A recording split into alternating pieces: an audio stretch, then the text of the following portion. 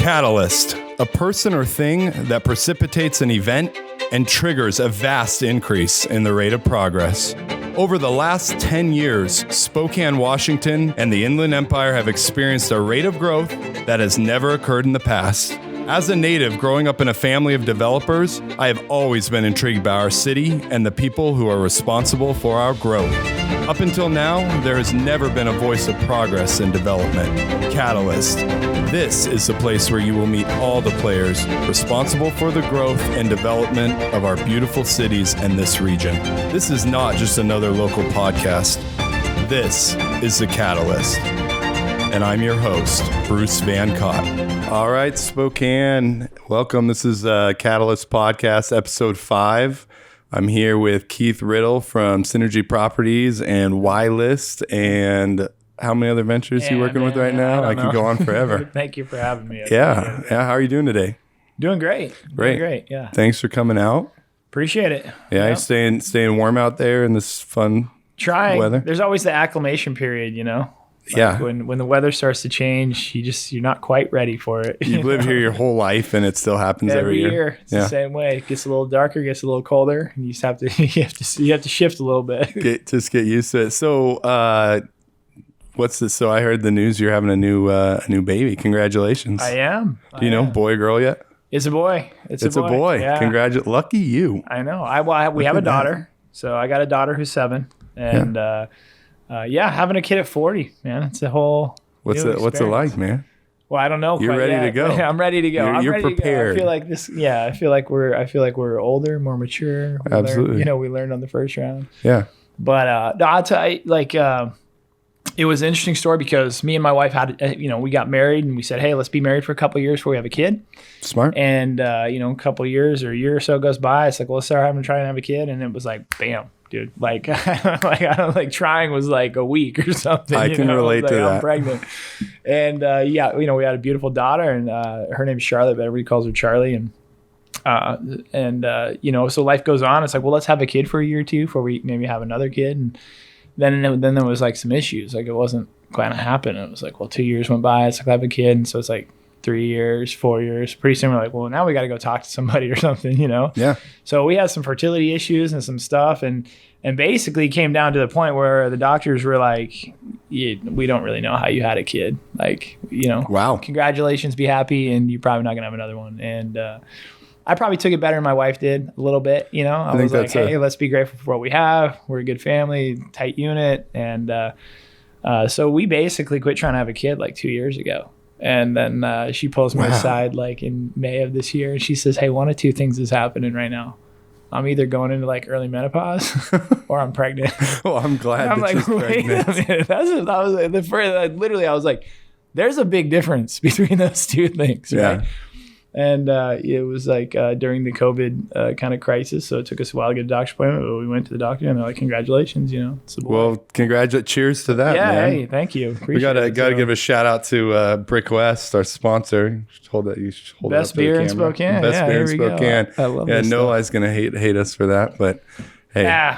Hey, man. It is. No lives get some good accolades beer. too, man. They make good beer, and a lot of people tell them that. But I'm a Brick West guy for sure. Me too. That's why we have you on. Sorry, no lie. I'm sorry. So let's jump into the interview here. And so you've got Synergy Properties, real estate brokerage firm. You've got Y-List, kind of a like a wholesaler. Yeah, almost. Well, wholesale, fix, flips, rentals, Nice. Like basically the investment side of my real estate division essentially it's kind of morphed into. Okay. And then you've had experience opening bars and restaurants and the investment side of real estate. Got some investments, got real estate brokerage house, I'm a partner in a title company. Wow. A lot of So you're a busy guy. Entrepreneurial endeavors, I guess you'd serial entrepreneur. Is that a good title for you? Unfortunately, nice. Yeah. Nice. I don't know if that's good or bad. But. No, I think it's good. You got some great success. So tell us how you got into the real estate business. Give me a little bit about your background and how it all started. Sure. No, Reader's Digest version. I grew up on a wheat and hay farm in Eastern Washington. Nice. And, whereabouts? Kind of out by Peone Prairie, like Green Bluff area, and. Your dad still got the international farm truck? I assume, at the golf course? 57, I love it. 1957, I his love it. birth year, you know. My And grandfather's a it's a three collector. on a tree, you know what I mean? So you got to know how to drive a stick, but you also got to know how to work the three on a tree. And There's only 3 gears. You find them. Yeah, you'll find, well, in reverse, you know, I guess you got 4. I don't know. Yeah. But yeah, I grew up on a working wheat and hay farm. We farmed about 2,000 acres, and my dad was a 3rd generation farmer. I guess, you know, me and my brothers were 4th. My brother still farms. And Wow, that's pretty cool. but I always premise everything kind of with that, because that's where it started for me. And it also is what I think transcends into so much of who I am today and the businesses I have and the way I operate. Because what I always tell people is like when I remember vividly as a kid, and when I translated into the business world later, was I didn't wake up in the morning every day and leave the house and go to work, you know, quote unquote work, and come home. And my mom was never like, "Hey, sweetheart, how was your day at work today?" or "How was whatever," because it wasn't work. It, in my mind, like it was just what you did. Right? Sure. Like when you're part of a family farm, it was like everybody pitches in, and everybody pitches in where they can, and your livelihood's depending on, you know, everybody playing a part or a role and contributing. And so I never made this shift into the difference between my life and my work. Sure. Right? Yeah. So you lived your life, and in your life you had to do, you know, you had chores, you had to clean pig pens, you had to feed cattle, you had to, you know, and buck bales or drive equipment. And I never looked at it like going to work. And so as I got older and went to college and went to school and ended up getting into the real estate world, I've kind of carried that with me in the sense of like, I don't really believe in like work-life balance. Absolutely. To me, I think so much of modern day society is like you have this job that you kind of hate or loathe, or that you do so that you can go to Cabo for 2 weeks every year or vacation or have the things you want. And it's the price or the toll you pay for what you want. And for me, it was always like more of an integration. So instead of talking about work-life balance, I always talk about work-life integration. What does your life and your work have to look like so that you can integrate the two, to where you never really feel like you're working or you're not working, but you're not weighing the two constantly. Like, I worked too much this week, or I worked too much this month. It's like, you did what you did, and you're living your life, and it integrates. Going back to the whole, you know, love what you do, never work a day in your life type thing almost. I don't know if I believe that, but you know. Yeah. That's I do love what I do, and I work every day. But you don't love it every minute of the day. You know, you there's struggles. I mean, work is hard. There's challenges. For sure. It's not like, For sure. you know, you're not doing but exactly those trials what you and want to do every tribulations day. are just as normal as all the other trials and tribulations. Right? Absolutely. Like it comes with the territory, so you don't ever try to mitigate the damage or the pleasure. You just go down one path, and the cards fall where they fall, and you contribute. You buy in 110% every day. So I think it's kind of like an old school, you know, mindset almost. Like if you think back in the day, you know, obviously farming was a lot more prevalent. And I think what you're talking about is pretty common among, you know, farmers. But, you know, going back to even, going back to ancient Greeks, looking at philosophy and all this, Right. you know, different things that, you know, the different trades people were in. Look at blacksmiths, look at all this stuff people were doing. They lived to work basically, but they did things that they enjoyed. There's a reason they call it your livelihood. Yeah, it's your life. We're kind of in a place now where, you know, we have all these wonderful, you know, creature comforts, and you've got, you know, the ability to travel wherever you want to. You know, we've got all this entertainment, you know, right at our hand. You've got a phone that you could sit and stare at for half the day if you want to. I'm sure there's plenty of people that do it. I'll come right out and say it. I mean, I think society's gotten super soft. Weak. Yeah. People are soft, and society's soft, and it's not a shot at them. No. It's where it's evolved to, but it's one of those things where I don't know that it's the best way for things to be. And I don't necessarily know how you undo it as a whole, but I definitely think that people's hardships in life now are, you know, somebody said something mean on my Facebook post First world today, problems. and it's like, well, yeah, you didn't get thrown off a horse onto a train track and get your leg cut off, did you? You know what I mean? Like, It was like people had some major things happening in their life. You know, I talked to my grandfathers. These podcasts are awesome. I've always thought, like, before I've got 2 grandfathers who are still alive, late 80s and early 90s, and I want to sit down with them and be like, tell me your life story on video. Like, I want to hear it, you know, because I had one of them, you know, orphaned at like 8, sent on a train from California to Montana to live at a dairy farm with a great uncle, slave labor, goes into the military, like all of these things where you're like, nowadays we're soft, man. People are so like, like I go to a restaurant and my, eggs don't come out right. And it's like, well, I said poached. I didn't say basted. You didn't have a choice back in the day. You just, you ate at home. They were hard. Yeah, They were exactly. hard people. And so, no, I carry some of that with me. I think it's transcended into what I do. And, my life's not hard by any stretch of the imagination. And I'm fortunate for that. But I see some value in kind of keeping that mindset. Absolutely. Right? Like everything for me starts with mindset, and keeping that mindset that we're not entitled to anything. Well, when you say that, you say your life's not hard at all. I'd challenge, I'd ask you a question on that. I think that, you've had a lot of great accomplishments, and I would challenge that. I imagine it takes a lot of hard work. It takes a lot of organization, whether it's thought process, whether it's just defining, what is it that you want out of life, and then making, having the discipline and making those sacrifices to, put the time in, right? Well, I think there's a lot of it's hard relative to today, I would say. Sure. I think a lot of it, like I said, everything starts for me with mindset. And for me, a lot of it is how you frame your mindset around two really big things. And one is failure. Okay. Because success is failure. It is what comes, it's the fruit of failure. And anybody I know who's massively successful or even has a relatively high level of success, if you really sit down with them and get to the nitty gritty, it's a lot of stories of failure. Absolutely. That have come to this point. And the second one for me is fear.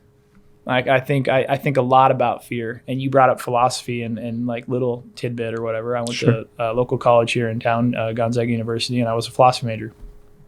Great school. Yeah, that was a great school. But philosophy for me has always been near and dear to my heart, because when I look back at ancient philosophers, or I look back at Aristotle or Socrates, or I look at existential philosophy and Nietzsche, or I look at Stoic philosophy, these are people who were, writing scrolls at night with a candle in their hand, and they were, like you said, blacksmiths during the day, or doing their and then spending time at night, like reflecting and thinking, and what does it mean to be the best person I can be, or why am I here, and what's my purpose? And like, for me, that's a huge kind of step up for, there was so long society was survival, right? Like, how am I going to feed myself, my family, clothes? But as society evolved to a point where things were a little bit more luxurious, transportation and food and stuff like, they still kind of took the extra time to dive into their lives and to find sort of ask hard questions and look for meaning. And so for me, fear has always been a big thing, because I think the biggest, when I talk to anybody about, entrepreneurial endeavors or success or whatever it is, I think that most people are failure adverse. And their fear is usually the biggest holdback. Absolutely. It's not their hopes, it's not their goals, it's not their dreams, it's not their aspirations that hold them back. Those all are great. It's the fear of failing, or it's the fear of losing, like the fear of loss. Like, what if I lose all my money? What if everybody thinks I'm an idiot? Sure. What if I go backwards? And those then two become the two largest hurdles that I see where most people fail to launch, right? Because they're scared, or they have some sort of a mental or a poor mindset around that failure, or that hard work that it's going to take, or, all of those things.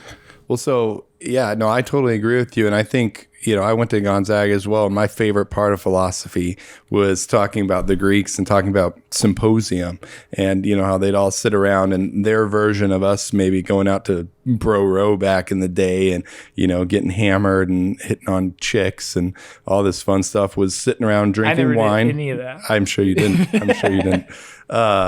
Me neither. I did go to the Marquee. That was a pretty fun. That was the place back in the day. No, but their form of that was sitting around drinking wine and philosophizing and talking about kind of the stuff we're talking about. That would have been a good name for the podcast, symposium. We could, right. I always the phrase that I'm using lately, and I have definitely in the last, I would say 12 months, right? This whole the political kind of regime and the landscape of the last year, and the COVID and all of these crazy things that are happening in our life.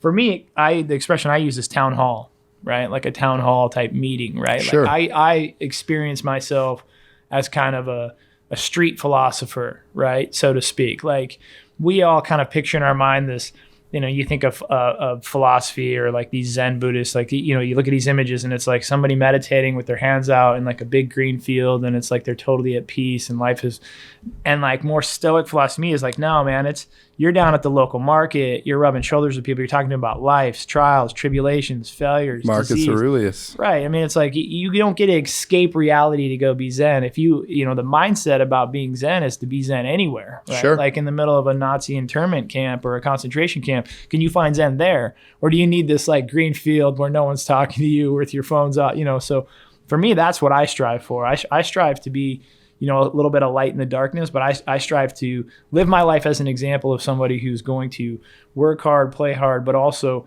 not try to escape where I'm at to create what I want, but to create what I want in the chaos of life, right? I love it. And that's what you've done. So talk to me a little bit about, let's go back to the background. I know this is great though. I love it. So let's go back to, specifically back into the background and talk to me a little bit, how you applied that and just specifically, how you got into real estate. Yeah. So like I said, I grew up on a working meat hay farm. I didn't really know what I wanted to do when I graduated from high school. And I was a rowdy little, SOB, and I had that never went to Bro-Row. Yeah, that never went to Bro-Row. And basically, my father sat me down and he said something that his mother said to him. And he said, listen, when you grow up in a farming family, it's very natural to want to go into that profession. And he said, listen, if you want to farm, then that's fine. And but if you do, he's like, you're going to leave first. And then you're going to go experience the world. And if you do decide to come back into the farming trade, you're going to bring something with you. So go, if you want to be a farmer, that's fine, but go out for 2, 3, or 4 years and learn to be a veterinarian. So at least that when you're a farmer, you can take care of your own animals, or go learn how to like weld so that when your equipment breaks, you can fix your equipment, or go learn how to be a mechanic so that, you have an asset or something that if farming doesn't work out, you can lean back on, but also you're bringing something to the craft. A specific skill. A skill set, yeah. Right? It's like with business, like, you can go get a business degree, but nowadays it's almost like the top business people have some sort of skill, and then, they have to apply that, apply business to that to be able to build the greatest companies. Right, to scale. Yeah, sure.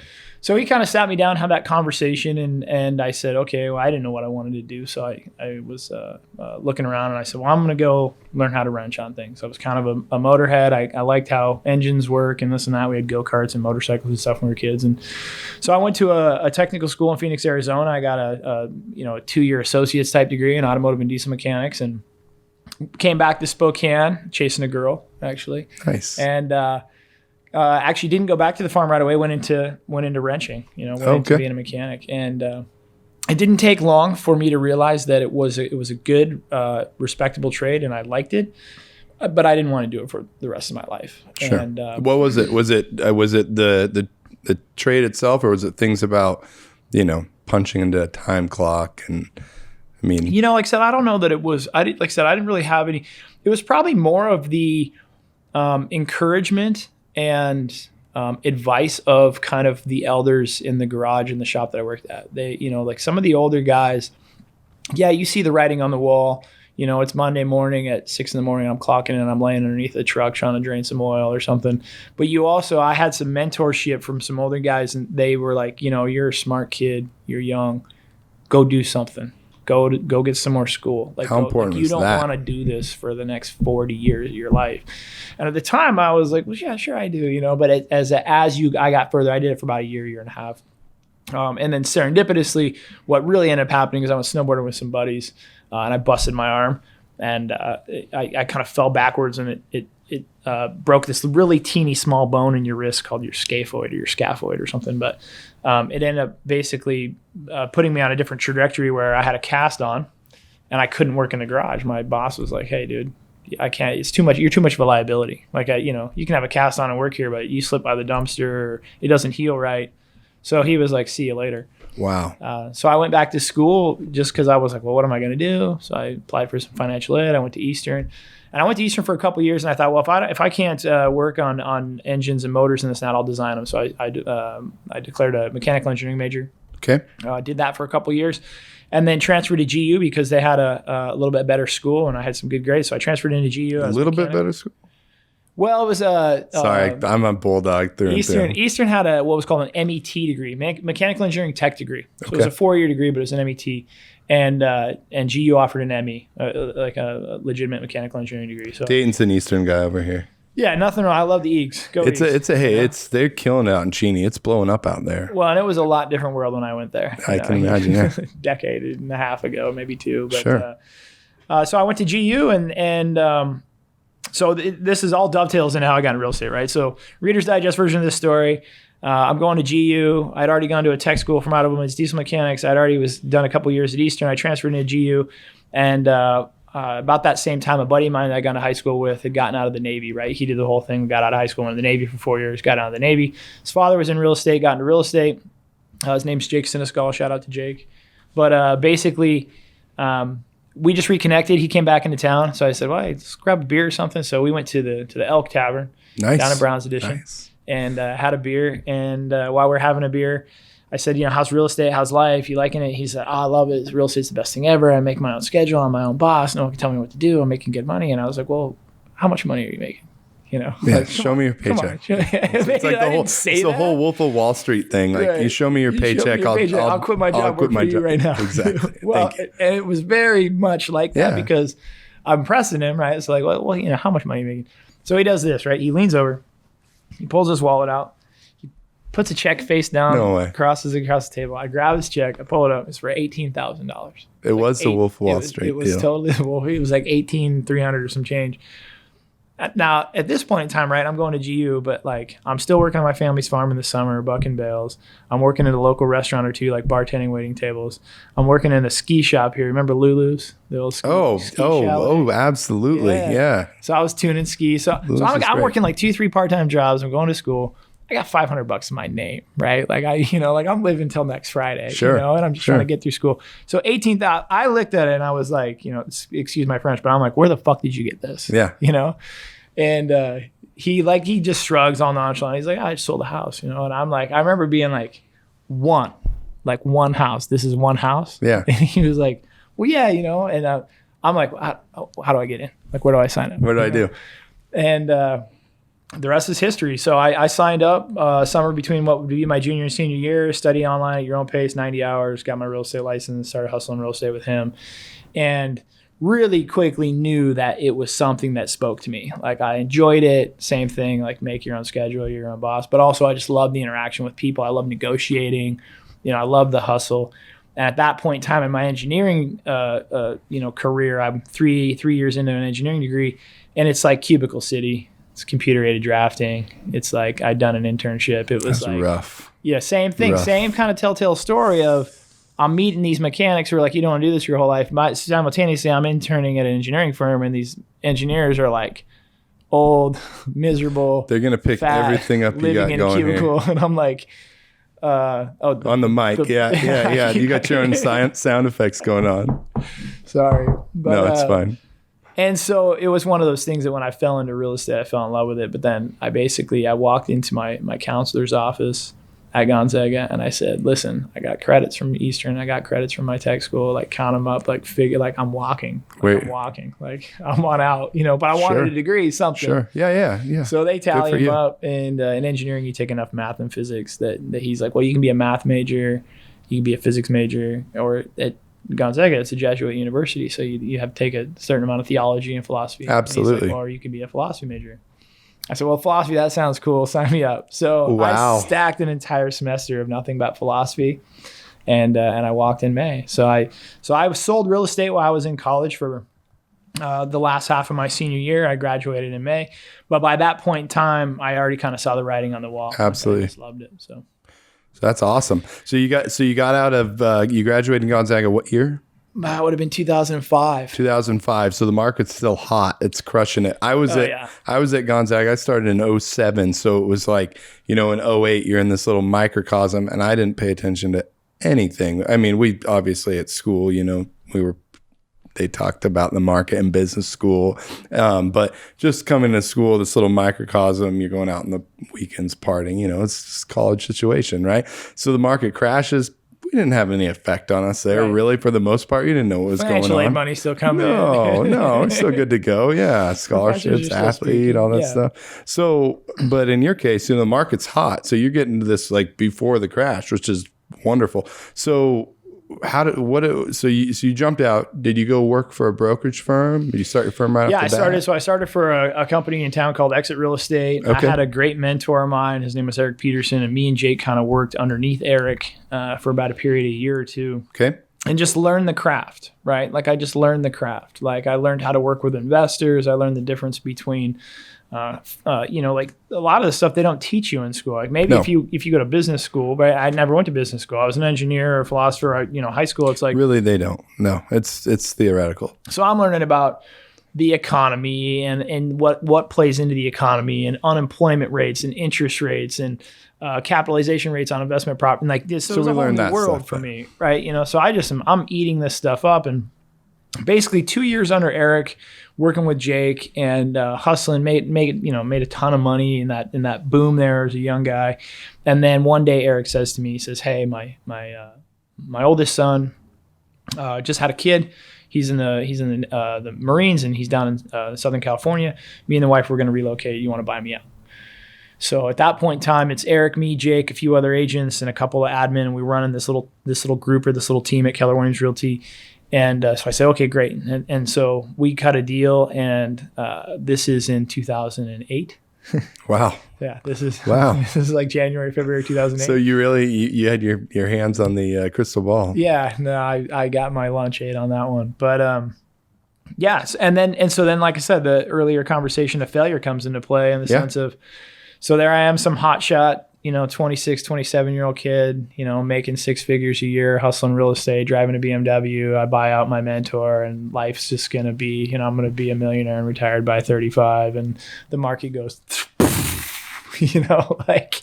I can relate to all those stuff, including the BMW. Yeah, everybody's going bankrupt. Everybody, and that was another just huge. Again, you learn from your own trials and tribulations, but you got to pay attention to other people. And all of these people that I looked up to, that I aspired to, that I was like, man, I want to be like that guy. Sure.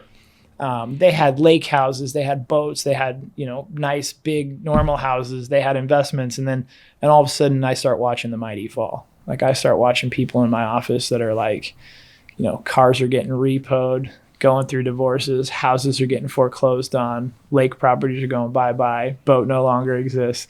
And I remember vividly, like I was making enough money and had done well enough, but I remember watching and I was like, man, I don't want that to be me at 50. Yeah. Right? Like I don't want that to be me at 40. So It was a life lesson, and I thank God for it every day, because it was something that had that not happened, I probably would have just kind of kept thinking that life was an escalator, right? So going into that, one thing I noticed, because I talked to a lot of mortgage lenders, like, guys out of Seattle who are making, $100,000 a month at times, $50,000 minimum a month. And these guys are just killing it month after month. And the market crashes, right? Yeah. So the market crashes. So, I mean, all their money's in real estate because they're in the game. They know, they're watching these prices rise. They're completely over leveraged, right? So to me, two things I would say: over leveraged and living outside their means. Okay. That was the one saving grace that I had, is that I was living high on the hog for a 26, 27-year-old kid making a lot of money, probably spending it, not very responsibly in many ways. But you're still a 26-year-old kid. I wasn't married. I didn't have kids. I wasn't floating 5 mortgages. When my income got cut in half, it wasn't fun, but I wasn't scrambling to like live. Sure. And that's where, a lot of the people you're talking about, and I could tell story after story, but it was, they were making $250,000 or they were making $500,000 and they were spending $550,000. So just jumping ahead a little bit, but I think eventually there will be a real estate crash, whether it's next year or it's 10 years from now. Sure. There will be a bubble in prices at some point. If you can live within your means, if you can stack money away, if you can be, financially sound and have good principles, you can still kill it in this business, right? You can get through those ups and downs just live fine, inside right? your means and don't over leverage yourself. Absolutely. It sounds so Simple knowledge. Yeah. But it's also very tempting when you have banked a lot of capital and everyone around you is doing it and spending it to just naturally jump on that same train. Take a little bit extra time and fund your ventures with your own cash. Yep. And I'm like, hey, listen, I've been there, man. I've over leveraged myself a time or two. I've been doing real estate now about 17 years, and there's definitely been some times where I'm eating top ramen, or I was borrowing from Peter to pay Paul, or trying to figure out how I'm going to clear next month's nut. And every single time that was a learning lesson, right? Like, it wasn't, as long as it's not all for naught, you're fine. Like, you learn from those moments, right? And probably there was a moment in time where I said, I'll never do that again. And then, a year and a half later, you're like, in the same position. I did it again. Damn it. It happens. You got it. But eventually you learn, for me, it was a feeling. I just didn't want to feel that anymore. Right. Like, I didn't want that stress in my life. I mean, I got gray hairs, you can't see them with the ball cap on, but there was a lot of grays that came from stupid decisions. I'm sure those are coming, but I got a good flow going right now. I'm not gonna worry about it. So how did Synergy Properties start? Yeah, so I bought out Eric, and actually, so Eric's last name was Peterson, and we had a team of about, like I said, 5-6 agents that worked together, and we were called Team Peterson Properties. And so when I bought him out, like that was the name of the company. Like, I actually ran a company called Team Peterson Properties. Wow. And there was nobody inside of the company that was named Peterson. There was no Peterson. And so at some point, I knew, like, I wanted to put my thumbprint on this, or my DNA. And so I rebranded into Synergy Properties. And really, for me, it was about what I wanted it to look like. And I'm a big vision guy. Like, I like to cast vision for myself, and then live into that vision. And Synergy it's really, actually, technically, it's kind of a term that I think, usually was used in, like, chemistry or in science, right? And so it was the combination of one or two elements or forms that, when combined, could achieve a result that neither could achieve alone. So, like a 1 + 1 = 5 type thing. Right. Like hydrogen and oxygen makes water, right? But hydrogen and oxygen can't do that by themselves. But so for me, Synergy Properties I was really clear up front that I didn't want to call it like Riddle Realty because two things is that, one is that I don't know that has the same mission just tied to the word, but also it's really hard for someone to buy into working for somebody else's name for an extended period of time. Absolutely. Right? Like, anybody who was like me, a young up and comer who wanted to do their own thing. So Synergy Properties was that. It was, I was going through like a thesaurus and on Google, and cohesive, work together, teamwork, and Synergy kept popping up. It was one of those words that kept popping up, and I think it was made cliche. It's kind of serendipitous. Yeah, definitely. So, I remember, I think that was like the word of the year in like 2004 in high school or something. Yeah. Like, we're going to have synergy this year. So I launched Synergy Properties, and it stuck. And so far, everybody has kind of been able to buy into that, right? So we are a group of agents, it's a firm of agents now that all honestly believe, I think 100% to the core of our being, and if you don't, you won't be there long. Sure. That if we all go at this alone and we're all talented, we'll all achieve great success. But if we all work together, we're going to achieve a result that none of us could have achieved on their own, achieved individually. And so, corny, cliche, who knows? I don't know, but it's been something that people have bought into and has been able to take. So a small group of agents underneath another brokerage. How many brokers do you have now? 73. Wow. That's a big brokerage. Yeah. So a lot bigger than a small real estate team. I launched independent in about 5-6 years ago, and there was 11 of us, and it's gone from 11 to 73. And I've got a small joint venture office out of Seattle. And 70 some agents over the last 5-6 years that have basically bought into that vision, and I couldn't be more happy and proud to work with the people I work with. But basically, that then spurred into so many other things, right? Yeah. So started Synergy Properties, residential real estate brokerage, but really early on knew I liked investing and knew I liked working with investors. So I started fixing and flipping properties, started getting rental properties. Started learning about different ways to finance properties, lease option purchases, owner carried contracts, seller wraps, traditional financing. I mean, basically, it takes money to make money in some respect, but I love real estate investing because you get the domino effect of the value of a property that's not your money. And so what I always tell people is the leverage piece of it. But yeah, I get a lot of these kind of friendly arguments with my stockbroker, or because I invest in the stock market too. I have a Roth or whatever. But that stuff's Let's be honest. It's kind of boring. Like financial planning, I've worked in it for 10 years. Right. It's kind of boring. What I always tell my stock, they're not stockbrokers. I always tell my financial guy, I say, listen, man, you're my backup plan. So if I screw my whole life up, like you hope you don't screw up too. But it gives you, but at the same time, it serves such an important purpose because it gives you a foundation, right? A diversification too. And a diversification. All my eggs aren't in one basket. Yeah, but it's not like it's not Wolf of Wall Street. It's not like they make it out to be in the movies. Is all I'm getting to.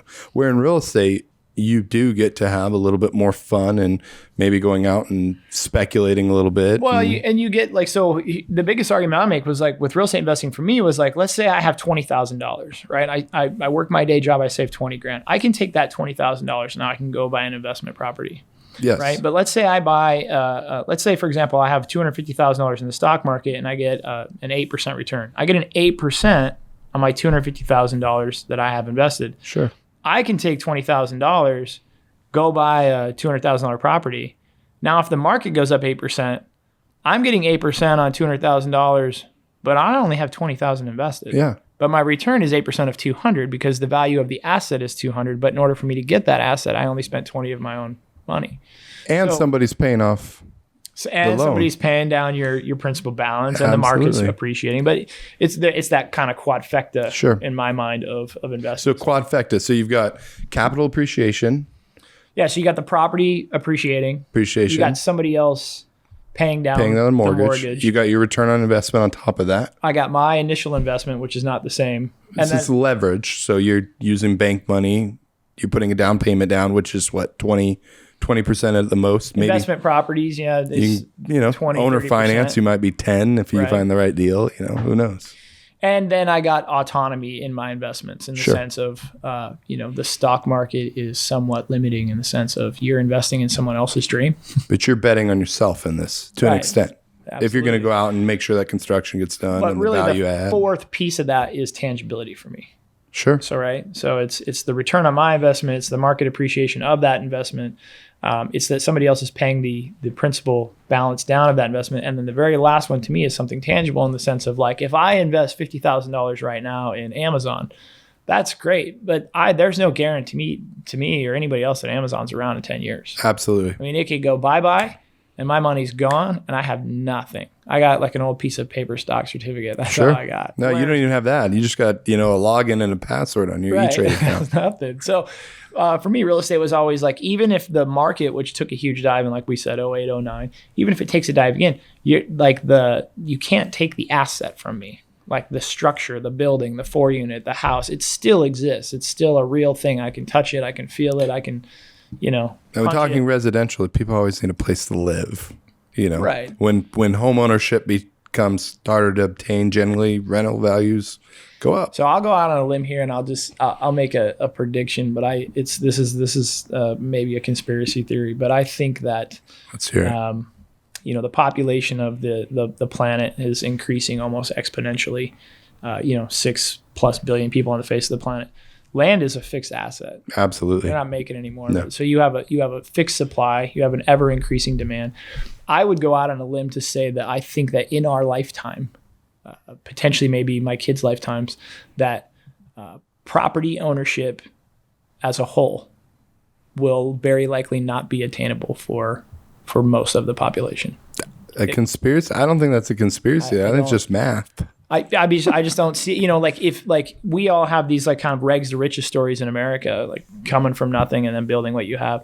But I think it's going to get almost so far out of reach and unattainable that if you're born with nothing, like you might get lucky, but there's going to be a real reality that the average person who's not born onto a certain amount of wealth is not ever going to be able to own land or a house or anything in their entire lifetime. They will lease forever because that you'll never be able to bridge the gap. I was just talking about this with somebody, and it's really, the central banks just put out some sort of,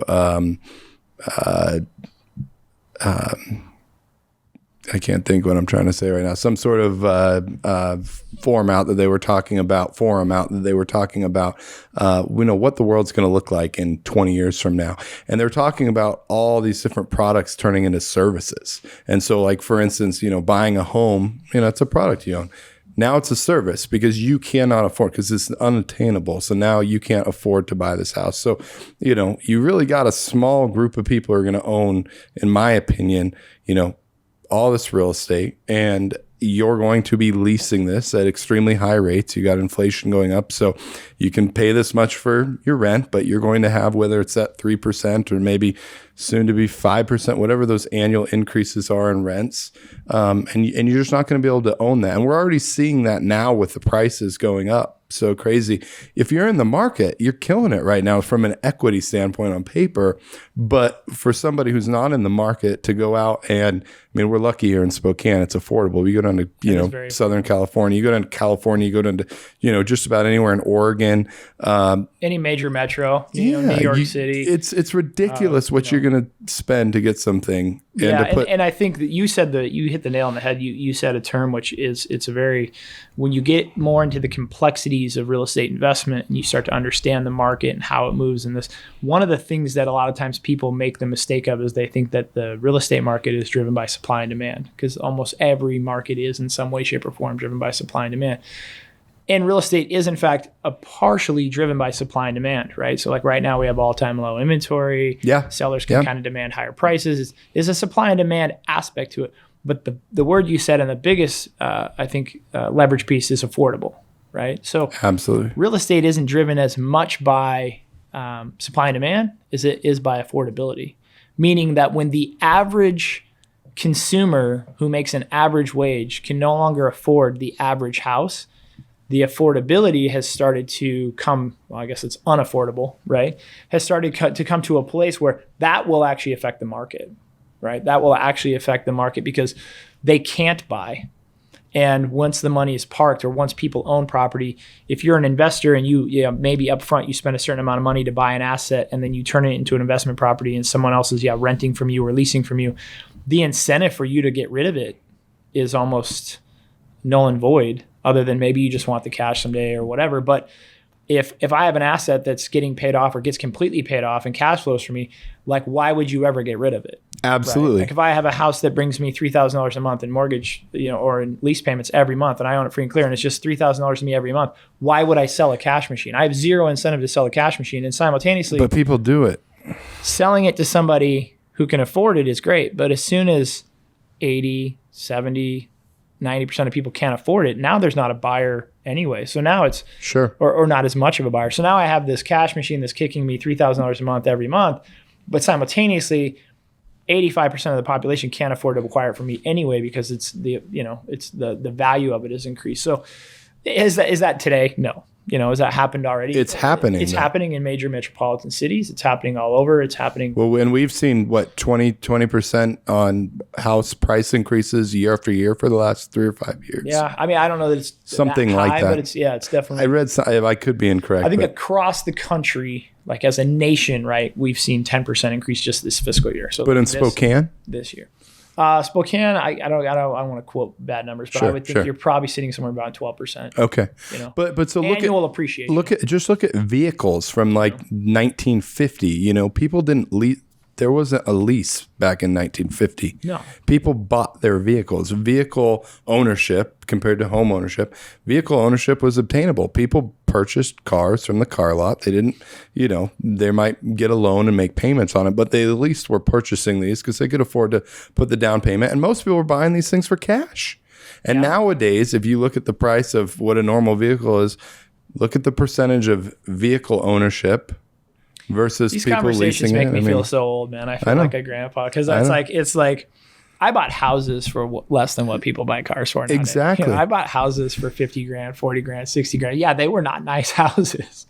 But nowadays you can't even buy a Chevy Silverado for much less than $50,000. I'm buying 2 houses right now that you could buy that are cheaper than a Chevy Silverado if you go out and buy. But they're hard to find those deals. Yeah. But I guess all I'm saying is back to your point of home ownership becoming unobtainable when it crosses a certain threshold at price.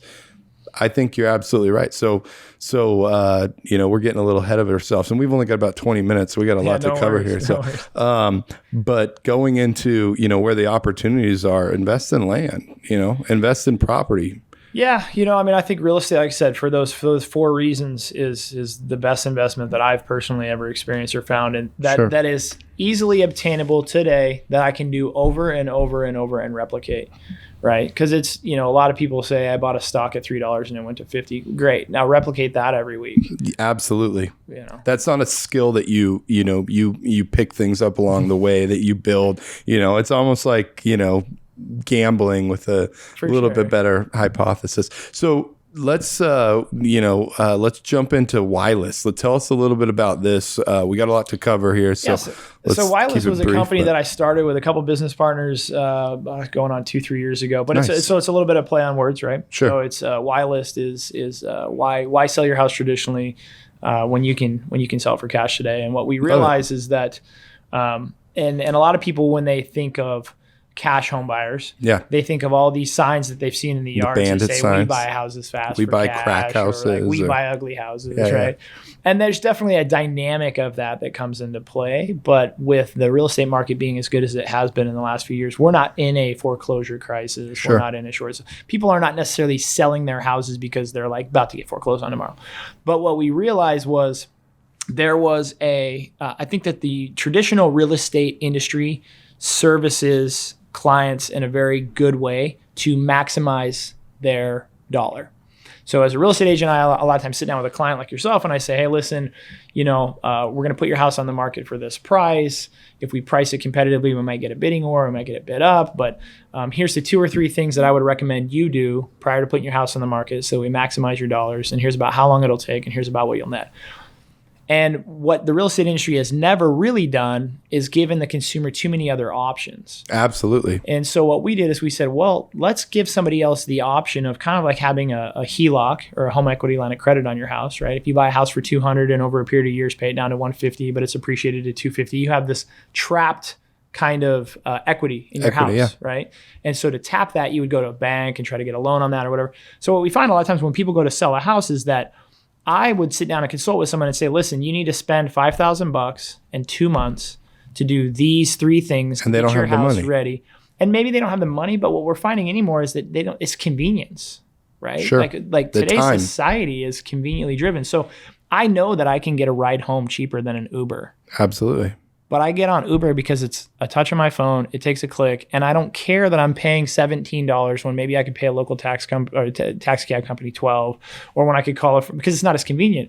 So we realized that was playing a part in the real estate world, especially as house prices were increasing, to say, listen, Mr. and Mrs. Homeowner, I'm going to be completely honest with you. I'm going to give you your options today. Your house is worth $400,000. To get $420,000, which I absolutely think you can, you need to spend this money and you need to do these things, and it's probably going to take you a month or 2. And in that month or 2, you're going to be making additional payments. And then we're going to get you $420. But by the way, you don't net $420 in your pocket. You got to pay state excise tax. You got to pay title and escrow or commission. So if I'm looking at them candidly and I say, listen, today your house is worth $400. If you put $5,000 in this time and energy into it, it might be worth $420. You're going to net in your pocket $380. I can also write you a cash check today for $370. And what you'll notice is a lot of people go, $10,000 is a lot of money, but I don't have to fix anything. I don't have to spend any money, and I can have my check within a week or 2. And I don't have to put my house on the market. I don't have strangers tromping through it. I don't have to have a lockbox on my door. I don't have to have open houses on. And so a lot of the consumers are opting for that model. So Wireless was really just it was a play on words to say, hey, we're going to basically trade positions with you. We're going to come in and we're going to say, we are traditional real estate brokerages that can list your house and maximize your dollar, and here's the advice we'll give you. Simultaneously, we'll offer you a cash offer today. Sheerly on convenience. It's a little bit less than you normally make, but here it is. You pick your own close date. You get the cash whenever you want it. Go find your next house. And so you're finding these great properties that you're putting, like you said, maybe $10,000 into to do some of these things, and then you're reselling them or hanging on to them as a rental. So it's a combination, right? We resell some of them. A lot of them we return into traditional rentals. Sure. We throw them in a portfolio, and so going back to your unattainable home ownership, right? Yeah. Well, and I think a lot of it too is it's a margin game. So it's there's 2 business models in the world, in my opinion. There's a high volume, low margin. There's a low volume, high margin, and so a lot of home flippers, a lot of investors that I know, and I've cut my teeth on this for years, they don't want to buy an investment property and spend their time and energy and money to fix it up unless they can clear a certain amount. Sure. So if I'm going to buy a flip or a renovation project and spend 3 months working on it and spend $50,000 of my own money putting into it, at the end of the day, I want to have an additional $30,000. Absolutely. So I won't buy a flip property or renovation property unless I can make 30 grand. And that's kind of the traditional. What do you guys look at with something like this? So my margin's more like $7,000 to $10,000. So that opens up a whole new market for you because you're not working with these wholesalers with bandit signs. I mean, as a homeowner, as a matter of fact, I get the bulk share of my deals from them. Right, the bulk share of my deals oftentimes come from other investors who say, Keith, we can't make this there's work. This project and it's decent, but like it's only got 12,000 on it. It's really? Only got 15 grand on it. But when you're flipping 100 homes a year, I can make 10 grand a house. Nice. But when you're flipping 5, well, yeah, now I want to make 50 a house, right? So it's just it's a high volume, low margin play. But then with that comes scale. So now I have a licensed and bonded contracting company. I have 14 employees. We have our own shop. We have our own equipment. We have our own job trailers. So we now have incorporated the traditional real estate with the cash acquisition, with the investment, with the basically licensed and bonded contracting company. So everything's done up to snuff and we pull all the permits and put out a quality product. You know? Wonderful. So tell me, that's awesome. So, and you guys have only been you started this 3 years ago. I mean, 3 years ago. Wow. Real estate I've been investing in real estate probably since I was about a year in the business. Wow. But we launched Why Listen in Boise about a year and a half ago, and then we brought it to Spokane, and now we're in five cities, kind of all northwest-ish. So Boise, Idaho, Spokane, Washington, I-90 corridor, Coeur d'Alene, Hayden, Hauser, down to Moscow, and then up to Anchorage. So I have a business partner who's out of Anchorage, Wasilla. Wow. So it's growing fast. That's wonderful. I think a lot of it's just your appetite for risk. You know, sure. A lot of people think again it's a scale thing. So there's some comfort that comes in flipping 3 or 4 houses a year and making your $30,000 or $50,000 a flip. Not a lot of people want to flip 100 because immediately it's that fear sets in and that failure set. You know what I mean? So yeah. How do you finance those houses? I mean, how many? If you're buying at that volume, I would assume you have to have some money behind you, right? Yeah. So we've obviously taken the time. So was that the key to the business? Was setting up financing? I would assume. A reasonable spent rate. Probably a year behind closed doors working on generating capital or soliciting capital, showing them our business model, showing them our proof of concept, saying, hey, you know, we're all industry related people. We've all been investing and flipping and renovating and holding for 15 plus years. You know, we know what we're doing. And then, by the way, here's our model. Here's what it looks like. And then, of course, they get a cash on cash return for their investment. What does a rate on capital look like on something like that? You're going to pay anywhere between 2 and 3 points to originate the capital. So a point typically is 1%. Sure. Right. Yeah. So if I go to a hard money lender or a private money lender and I ask them for $300,000, they're going to say, great, it's 2 points, which means that the day we close, I'm handing them $6,000. And then they're typically going to charge anywhere between, I'd say, 8.5% and 12%. So do you guys work up at 12% then? If it's the right deal, absolutely. Yeah. Okay. You know? Sure. So I'm of like, again, that synergy mindset, right? Like I don't care if everybody's making money as long as we're all making money. So I'm not afraid to borrow money at 12% interest if I'm going to hold a house for 3 months. I love it. Yeah. And the deal makes sense. Sure. So I think a lot of people get their ego involved, they get fear involved, they get all these things involved that they stop. They're not now analyzing the deal. They're analyzing their own psyche. They're analyzing the paying for it, right? You know, a great mentor of mine told me one time, he said, in the absence of value, any price is too much. Absolutely. So we've all gone out to a nice restaurant and had a $100 bottle of wine, right? And I also know I can go to the world market and probably get that same bottle of wine for $12 or $20. So why did I pay $100 for that bottle of wine? It was the experience, right? It was the maitre d' nice, was the server, complimentary and on the ball, was the friends and the family that I was with. Were we laughing and having fun? And so I can walk out of a restaurant and stroke a $250 check for dinner and feel like I got value. As a matter of fact, I might do it again in another 3 months or something. Absolutely. Right? And we've also all gone and got a burger from, Jack in the Box and ate it and been like, that wasn't worth $2.12, right? Like, Yeah, right. absolutely. So it's the value, the price at some point in time is indicative of the value it gives you. And when you look at business deals, that's what I've always tried to keep in mind is like a lot of times I don't care so much what other people are making if the deal itself makes sense, but I'm getting value from it. And I think that's important. I see that all the time with flipping houses where people are coming in and they're saying, well, that wholesaler's charging $30,000 on a markup. Well, if you're going to walk with $60,000 or $80,000 in 4 months, who cares what they're marking? You see that all the time where people are concerned about the wrong variables, in an investment deal. So you've got Synergy Properties, you've got the brokerage. You guys do any property management other than your own stuff? No, okay. We just manage our own stuff. Sweet. We don't do any outside property management. You've got Y-List. So I know you've got North Hill as well, which with COVID, that's North Hill a little rough right now. Bar, restaurant, great place though. And you got a great building there with the old Masonic Lodge. Masonic Lodge, yeah. Yeah, I was going to say Knights of Templar. North Hill Masonic Lodge 210, I think, is like the full title. Which you did a wonderful renovation on that place. But so you're really focused in the real estate world. So with Y-List, with the brokerage, and with the price increases, I mean, do you think we're in a bubble right now in Spokane? I mean, what are you doing to either diversify, or I mean, do you have any concerns about just the real estate market overall in general? I mean, I got concerns about the market, and it definitely will go down, but again, I made just as much money.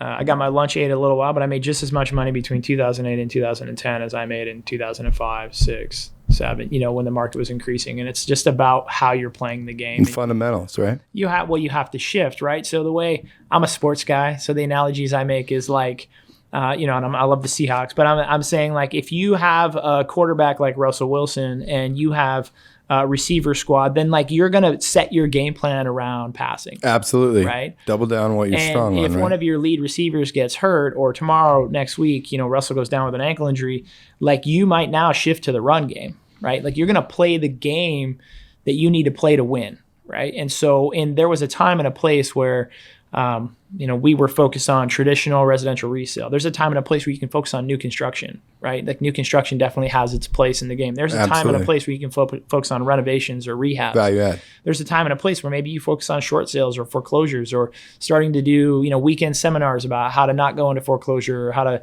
get out from underneath when you're upside down on your mortgage. But you play the game that you got to play. That's the market of the moment. Just like people make money on the stock market in any market. So what can people do right now to be prepared? I mean, what do you see coming? We know there's going to be a change in the market. Are we that cushioned regionally with Spokane? I mean, we've got COVID, we got prices that are just out of the universe down in California and Portland and Seattle. You got all this chaos. People are moving up here in droves. Are we just that insulated that we really don't have to worry about? I mean, what do you see? I think that would be a mistake. I agree. Feel that, but I think that's a mistake to hang your hat on that. Sure. So let's talk about the good. I think the good is that you have all-time low supply and you have all-time high demand. Absolutely. Right? So we are still in a low supply, high demand market. So even with if the market starts to correct, and house prices come down, or more people are forced to sell, so you have some market normalization, so to speak. But as of right now, we have all-time low supply and all-time high demand. And then secondarily, even if that starts to level because of what you just talked about with COVID, or with people wanting to get out of larger major metropolitan cities, we have a large influx of buyers coming from California, coming from Portland, coming from Seattle. So now they're going to be selling there, but they're coming here with a pocket full of cash. So I think Spokane is insulated for those reasons, right? We have droves of outside people who want to come here. We still have all-time low supply and high demand. That's going to take a while to level out, and even if it does, we still have an influx of buyers that are maybe coming from out of town. So that's the good. I think the bad is, no matter how you slice it at this point in time, there's a lot of tickers that drive the economy, but I try to look at like 3 or 4 majors, and one of the largest one is interest rates, right? So if rates go up, which at some point in time, the Fed has to raise the rate. Sure. They have been operating, especially with all the money they're printing. Yeah, they've been operating at basically emergency level. I would call it emergency level lending limits for almost close to 8 years now. Absolutely. Right? Matter of fact, I think that the Fed probably should have raised the rate a year or two ago back up into the 5s and 6s. I don't know why they kept it as low as they kept it as long as they did. But interest rates another conversation for another time. Right. It's a whole nother conversation. The other one is supply and demand. The other one is unemployment, right? Okay. So again, that average level consumer being able to even buy a house, or anybody being able to, it's driven by unemployment. Well, COVID with, basically the massive amounts of unemployment, we were at 20% unemployment at one point in time. I think we've edged back right now to 15 or 18. This is not something that changes overnight. This is not something that's just going to go, unemployment's not going to, we were what, sub 1%, 2% during the Trump era there. I don't see us getting back down to that level. So what you're going to have is you're going to have people who have been unemployed or who are going to have hard problems, finding employment because so many businesses are not going to reopen in the sense of, COVID put them out of business for good. So you have people that lost jobs, you have all-time high unemployment, you have the government subsidizing that, and then you have businesses that aren't actually going to be able to reopen even if things clear a little bit. So now you're basically banking on new job growth of new businesses. Well, who wants to start a brand new business in the middle of an economic crisis or a world pandemic, right? But what about when it ends? I mean, they're talking about raising, getting rid of some of these restrictions they've got maybe in the summer. I just watched an interview with Bill Gates, and I mean, even if it's 2022, I mean, there's a lot of guys that are getting prepared to come in and maybe buy up some of these businesses. I think it's always the thing I look at is the reverb, right? Like sure. the ramifications for action. So I'm not saying they're going to crash the market. So we talked about the good. I think the bad right now is unemployment being as high as it is, businesses going out of business or not being able to reopen. And I don't see a humongous insurge of people wanting to start new businesses. So I think that you're going to see a period of potential value either declining, or what you're going to see is a period of flat equity gains, kind of like we saw in the early mid-90s, where house prices won't go up, but they won't go down. Okay. So the problem that puts the average consumer in is if you buy a house for $250 and 5 years later or 3 years later, your house is still worth $250. Granted, like people say you're not going to lose money, but you are, because inflation. When you sell, when you sell, there's expenses associated with selling. Absolutely. So if I bought a house at $250 and my house is still worth $250 3 years later, when I sell that house at $250, I'm netting $225. Still better investment than a car. So unless you can afford to weather the storm. So what I tell people all the time is, if you're looking to buy a house right now for a year or two, I might hold. I might hold a little bit, because sure. I don't know that in a year or two but most people, like, if you're going to buy a house and live in it for 10, 15 years, like, just buy a house. Yeah. Like, people always try to time the market. Let's go back to don't time the market. Well, I mean, to an extent you can, but let's go back to supply and demand. So have you been following kind of the mortgage forbearance at all with the rates and everything? So supposedly we're coming up to this place where we've got, unemployment benefits are ending. Who knows what's going to happen with the new administration. There's no more PPP money for businesses. There's no more unemployment money for the individual. Forbearance ends, I think, December 31st. A lot of mortgage companies told people that they could forbear their mortgage, which a lot of people didn't understand the difference between a forbearance and a forgiveness. Yes. Right? Which is crazy. If you go into mortgage forbearance, it doesn't mean that you don't have to pay that money. No. It just means that it's all going to come due at one shot. So if your mortgage payment is $2,000 a month and they've told you didn't have to pay it for 4 months or 5 months, or at the end of 5 months or 6, now you have a $20,000 bill. Dude. Yes. Well, if you were unemployed or your business went out of business or you couldn't afford to pay your $2,000 mortgage over that 5 months, my guess is you don't have 20 grand laying around. And they're not putting that on the back of the loan and adding an additional 10 mortgage payments. My guess is that's what they're going to start to do. I hope so. That would be the most reasonable thing to do. The reality is the bank doesn't want these houses back. They don't want the houses back. I hope not. A bad asset on the bank's books is a 7-to-1 ratio or 9-to-1 ratio, in the sense of the way that the Fed allows and the FDIC, all that stuff allows a bank to lend money. So, and a lot of people don't understand this, but banks don't have the money that they're lending out. Absolutely. Right. Yep. So if they're lending out $20 million, they don't have $20 million. Odds are they have like $2 million in reserves, and that allows them to lend out $20 million. Well, what happens is when they've loaned that money out and it comes back as bad debt, it decreases their lending limit then by a 7 or 9% ratio. So if $1 million worth of mortgages defaults and I'm the bank, not only do I have a defaulted $1 million in mortgages to deal with, I now cannot loan out $7 or $10 million. in new origination loans. Sure. Because I have $1 million in bad assets. So I'm going out of business. So it's a 7 to 1. So they're very incentivized to work with that consumer. Absolutely. And say, no. Okay. We know if you missed 1 or 2, but try to get caught up next month. And how about we take these payments and we stack them on the back, or we extend your loan out. So I think that's what you're probably going to start to see. My fear is they don't have the money either. I wonder, how much ability they have to make those decisions too, because what I see is if you do get in a situation like that and they start foreclosing, all of a sudden, how many banks did we have in 2007 before the crash? Twice what we did in 2009. Right. So all of a sudden, these smaller banks get merged and acquired. And now we've got, 5 banks instead of 25. Right. So, well, yeah, I think a lot of it what I tell people is at this point in time, brace yourself, shore up your own house. Yeah. Right. Start to look at where you're leveraged or where you're not leveraged. How much capital you have or don't have. Maybe you need to sell some assets. But I would get ready for a period of time, which I'm predicting is somewhere between 1 and 3 years of either flat equity gains or definitely a significantly slowed down real estate market. And I could be wrong, right? Sure. But I figure if it doesn't slow down and it continues to be great, then everything's fine. Keep it rolling. But if it does, you got to get prepared. And so that's the conversation I'm having with the agents in my office. That's the conversations I'm having with the Johnny public, consumer. If you're looking to buy a house and move in the next 1 or 2 years, maybe hold, maybe continue to rent. If it's a longer term investment, go ahead and make it. But shore up your own house. Let's not be floating 2 car payments and a mortgage payment and a lake house payment. And, get rid of that consumer debt. That's not a good thing to have. Consumer debt's terrible. Yeah. And we have so much of it. So talk to me about where you see the opportunity, like Spokane, Coeur d'Alene, Inland Northwest. Where is the opportunity in real estate investment right now? Is it, we see stuff in, multifamily. I mean, there's still some good opportunity in, flipping houses. Industrial's doing well, but in your specific experience right now, what are you looking at? I'm looking at new construction development as far as, looking at the urban growth boundary, seeing where there's opportunity to develop. Because like I said, we do have those influx of California or Portland or Seattle buyers coming. So sure. I think, Spokane is going to see growth. People got to go somewhere. The other thing is urban infill. Right. So spot lot is, city infill. The city of Spokane Valley is just, in my opinion, like really crappy 1950s to 1970s urban sprawl. I mean, there's so much wasted space. And I have never been a fan of the Valley. It's not a shot at the Valley. I like the Valley, but there's a lot of dead spots in there. And same with just throughout Spokane, right? I mean, if you drive through neighborhoods and just kind of grid neighborhoods, there is a lot of houses that sit on double lots. There's a lot of houses that are fairly dilapidated. So I think you're going to kind of see some of that major metropolitan stuff.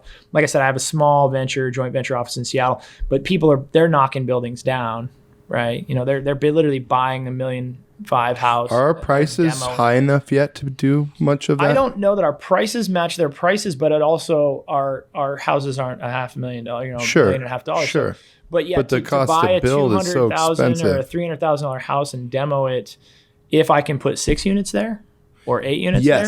Yes. Now it makes sense. Absolutely. Right? Like I'm not gonna demo a single family residence to build a single family residence. Absolutely. But if you're looking at the proper zoning and you're looking at the proper use, that's where I would really be focusing my time right now, is in new construction development and urban infill type scenario. So what are you working on right now, or that you have coming up on the horizon? I know you've got a great project going up 5 Mile Hill, right? Yeah. We got about 5 acres that we're developing up there. Right on the bottom of the hill, or? It's up top. Oh, it's up top. Yeah. Okay. Yeah. So what are you working on now, though, that, your most exciting project? What is it? For me, like what I'm excited about right now is doing what I would consider sustainable, energy efficient, high density, quality builds. Sure. So there's a lot of, and I'm not going to name names, but there's a lot of track house builders that, for me, I think have operated in Spokane for so many years that it has this kind of sterile feel. I don't feel like Absolutely. it's great craftsmanship, and it's not eco-friendly. They're doing the same thing that they were doing in 2001. As cheap as you can build a house, and as most as you can sell it for. And in my opinion, while that may be lucrative, it is not what I am about.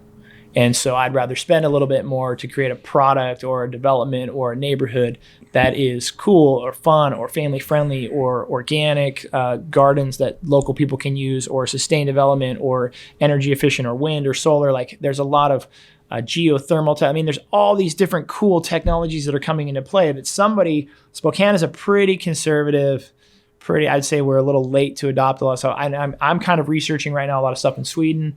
I'm researching a lot of stuff in Europe. I'm researching a lot of stuff in different communities that have just done it different for a long time. Yeah. And this isn't new cutting edge stuff. I mean, they've had this stuff around for 25 years and we're just new to the States adopting it. Absolutely. Like, oh, wind or solar. It's like, dude, people had this back in like the 50s, you know? Sure. But now we have the ability to store power. I mean, I don't know, a lot of people, Elon Musk has these battery packs out now that he's building. Are they Tesla's out? Building, I don't know if they're out yet. I know that they're coming out because I've been working with some modular development guys that are starting to use them. Nice. But, it's basically, in your garage or your house, you have this big battery pack so that if you are using wind or solar or some other sort of alternative energy source, the downfall of that, right, is you can only use it on demand. But you can store it now. Now you can store it. Right. So now That's you can literally cool. start to store the energy that you're creating during the day to use at nights or to use when the weather gets darker earlier, when it's colder.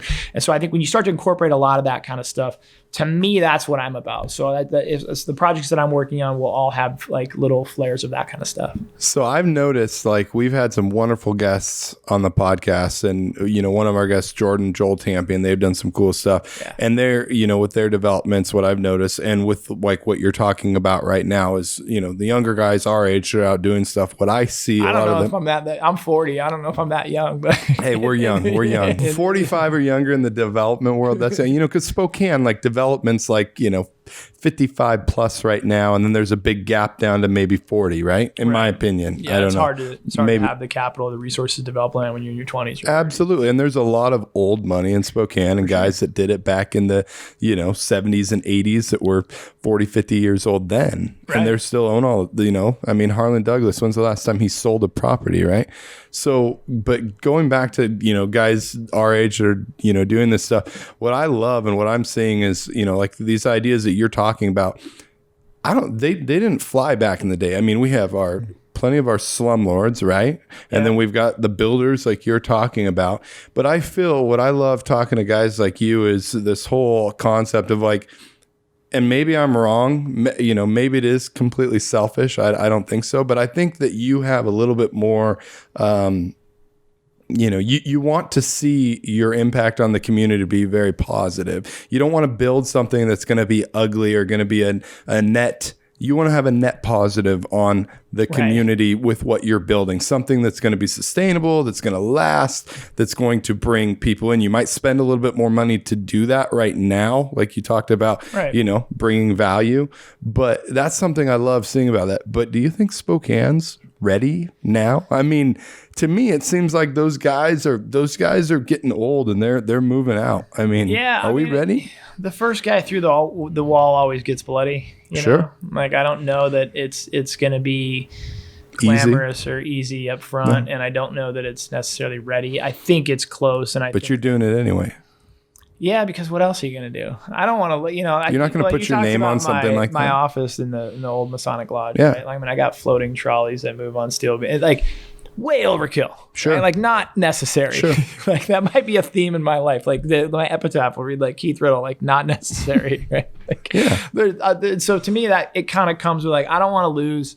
And I'd love to contribute something positive, but simultaneously, like, let's push the envelope a little bit, but let's do something that's cool that people can get behind, that they're proud of.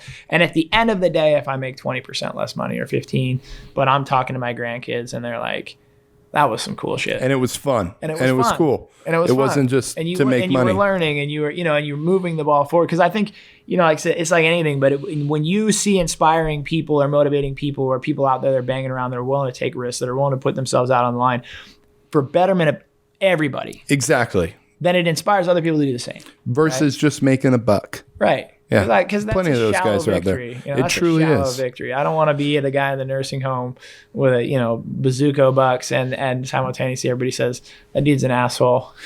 That dude's shrewd. That was always the shrewd businessman. That term always rubbed. Like, oh, so and so's a good businessman. He's a shrewd businessman. And I was like, sounds to me like he's an asshole.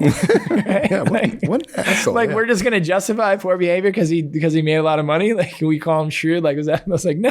Well, and that's what business. To me, like, he was a jerk. That's where business people get a bad name. I mean, like, doing something for. I think you can have those entrepreneurs like yourself who have this concept of going out and helping the community through business and being rewarded for it. Yeah, that is a noble profession. That is a noble lifestyle, a noble thing to do versus going out and saying, how can I make as much money as possible? And you know what? If this creates a just disgusting block for these people to live on where, there's drugs and crime because, these people are paying $300 a month to live in the back of this little place that I should go knock down and, rebuild or Yeah, no, I think it's all comes into play. And I think, like, again, one of the big things for me is, and then maybe like I said, I feel like a grandpa now, right? Because I remember sitting down with guys who said, I bought these houses for $30,000 in 1975 and I was paying $125 and now we're paying $200. And that was a brand new house back then. I'm one of those guys now, right? Like, so, but as I'm getting older, you just start to realize that, like, my legacy now needs to be more than just the money, or it needs to be more than just the investments. And I want to sit down, and Nick said, even if I'm broke, I guess you could be flat broke, but at least if you can look around and see a couple cool projects that you built, you're like, hey, I did that. And you don't have your name on any of them, right? I'm living in my kid's basement now, but I did some cool stuff. Like, who knows? Yeah, well, with today's safety nets, I was just watching a video earlier. It's like with today's safety nets, it's like you're not going to go hungry, right? So if you have that for me, I have the socialist regime coming. It's going to help. But for me, it's a diet. I'll leave you with this kind of the last little piece. But Please. I really tried hard. Going back to the philosophy conversation we started early I remember having a conversation with a Jesuit priest, and he said, well, Keith, one of the biggest problems with most people is they think in dichotomy, meaning it's an easy way to teach a kid and it's an easy way to learn. And so we teach and we learn very good when someone says there's up and there's down, there's forward and there's back, there's left and there's right, there's them, then there's us, there's him, then there's her. But then we start to think like that all of the time. So it's, I do it like this or I do it like that. Left and right. And the reality is that you don't drive your car around and say, well, my gas tank is full or empty. No, it can be, right? It's like Talladega Nights. Like, you're first, you're last. You're the first, yeah. You can be second, you can be third, you can even be fourth. Like, so I try to really instill that into my life, going, it doesn't have to be this way or that way. Like, there is a big spectrum in here where you can play, you can have fun, you can do cool stuff, you can make money, you can be a good person, and it doesn't have to be shrewd, pay as little as possible, make as most as possible. And it doesn't have to be willy-nilly, spend $1 million, who cares, make it cool, and lose your ass, right? Sure. Like, there is a big spectrum that you can play. And I try to think about that when I talk to people with everything, your health and fitness, your family life. Like, dude, you don't got to eat rice and chicken every day, 5 times a day. Like, you could be healthy and still look good and have fun working out and not be so regimented that you can't have a beer on Friday. Yeah. Right. So that to me has always been I remember that Jesuit priest to this day kind of teaching me that lesson. I remember thinking, like, life's not a dichotomy, right? It's not an either or situation. Like, there's a big spectrum in here and you get to decide where you want to live. So life's not a dichotomy. I love it. That's a perfect place to take us out. It's a dualism, yeah. This was awesome. Well, thanks for coming today, man. Yeah, this was a great podcast. I definitely learned a lot from you. I think the audience is going to love this one. This was great. Wow. All right, guys. Well, it's Keith Riddle. Look out for what he's going to do here in 2021 with Y Lists and Synergy Properties. Got a bunch of great brokers out there. If you guys need to buy some property, I don't know if I should be plugging. No, they're the best, man. My brokers are the best, and I swear. And I'm just, like I said, this sounds fake coming out your mouth, but they are the best, man. Because we all buy into that same philosophy, and they are the giving, like the most giving, honest. They'll put themselves out there, and they'll take a little less to do a little bit more every time because they're those kind of people. So. Well, I think that comes from the leadership. Honestly, that's where it starts at always, right? And we got some great brokerages out there, and we got some big old brokerages out there, but. Check out Keith's projects going on, 5 Mile Project. I'm sure you got a lot of other great stuff going on that we're going to hear about coming up in 2021. That's episode 5. Thanks for checking us out, you guys. And we'll see you guys next week. Awesome.